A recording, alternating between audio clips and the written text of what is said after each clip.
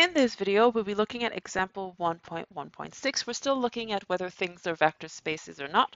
In this example, we'll be looking at something that isn't a vector space. I'm going to start with a set we know well. I'm going to start with R squared, which is the set of all pairs x and y. I'm not using triangular brackets because I don't want it to be confused with the set of vectors. I'm going to have different scalar multiplication. So addition is going to be the straightforward one, which just add corresponding components. But scalar multiplication is going to be strange. Instead of just multiplying x and y by k, I'm going to multiply them by k squared.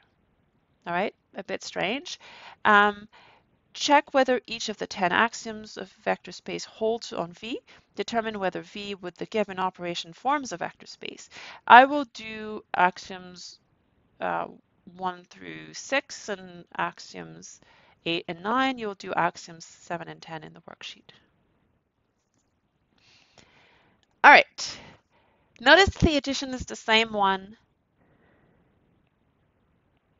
that we had in example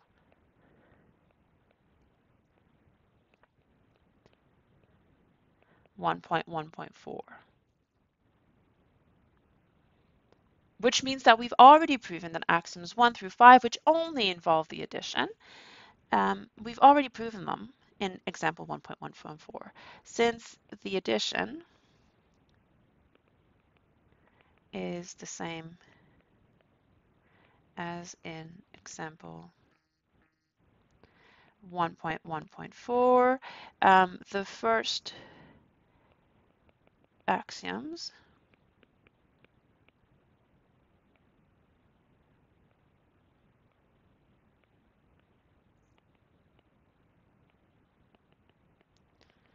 we already know they hold by example 1.1.4. And so we only have to look at 6, 7, 8, and 9 and 10. So let's do axiom 6. Axiom 6 was just making sure that by multiplying by k, we don't leave v. So k x y, that's k squared x, k squared y. That's still in v. No problems. 7 you'll do, so let's do 8. 8 is the one where I need to check. Let me show you. Sorry. Axiom 8, I need to check whether I can bring v into a sum of two real numbers. Oh, here we are. So I want to see what happens when I have k times, when I have k plus m times xy. Well, by definition here, when I bring it in, I'm going to square it. So I'm going to get k plus m squared x, k plus m squared y. All right, that looks a bit fishy. And then if I expand it, I'll get k squared plus 2km plus m squared, all of that times x. And I'm going to get k squared plus 2km plus m squared times y. All right, that's strange. Now I want to compare this with k times xy plus m times xy. All right, when I bring it in, I get k squared, so it's k squared x, k squared y, plus m squared x, m squared y. If I add them, I get k squared plus m squared x, k squared plus m squared y. All right, these look different. This and this doesn't look like it's the same thing.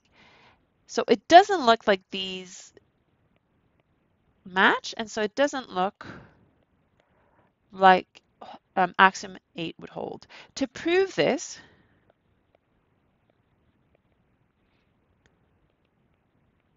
we need to find a counterexample, because your proof not working doesn't mean that the statement is false. It just means that your proof is not working. So the way I try to match them doesn't work. It's a hint that it might not be right, but let's check. We need to find a counterexample for axiom 8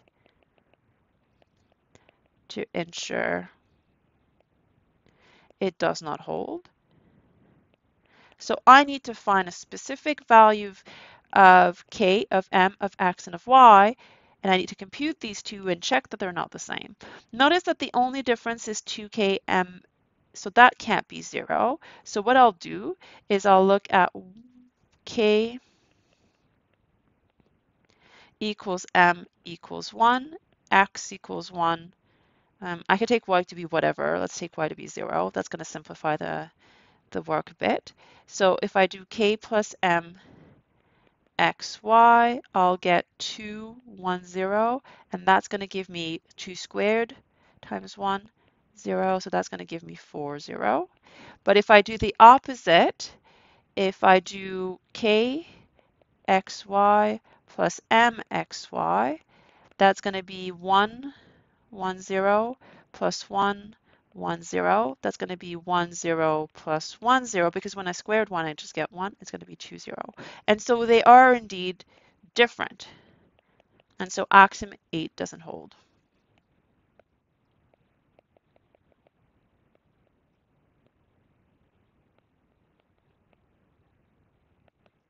And so we don't have a vector space.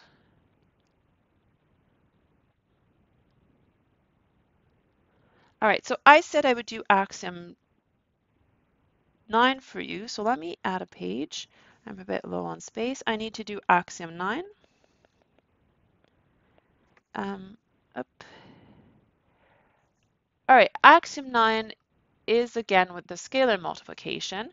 We need to compare k m times v with the other product. So that's km times xy. So that would be km squared x, km squared y. And then here I can distribute. So this one works pretty well.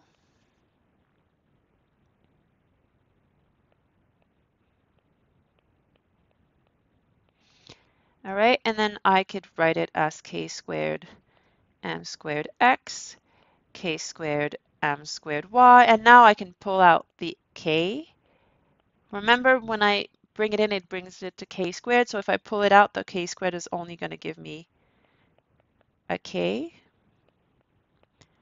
And same thing when I pull out the m, and so this will indeed be k mv.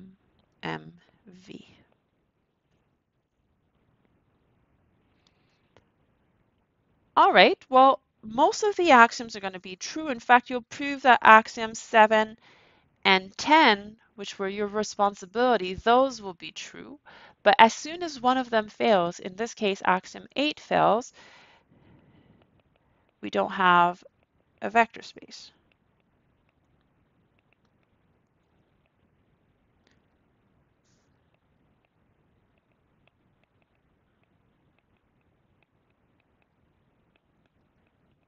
With these operations, notice that v is the same as e2, right? It's r squared. We know it's a vector space just with other operations.